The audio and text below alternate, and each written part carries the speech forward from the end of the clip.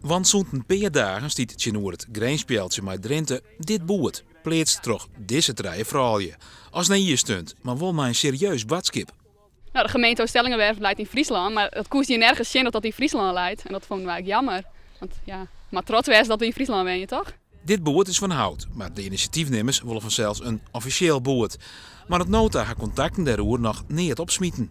Nou, ik ga contact opnemen met de gemeente, met de provincie. En de provincie zei dat ze er wat aan het doen, dat we al oorlog jullie. Maar ze gaan nog steeds niks doen. Ze zeiden niet dat het heel kostbaar was, maar nou, voor u is het dan net kostbaar was. Dus zo het voor hun niet te doen met te wijzen. Deputaire Poepjes is te spreken over het initiatief van de vrouwen. Maar wel net als is het dat er hier op de Halderwiekse Waai een officieel welkomstboot komt.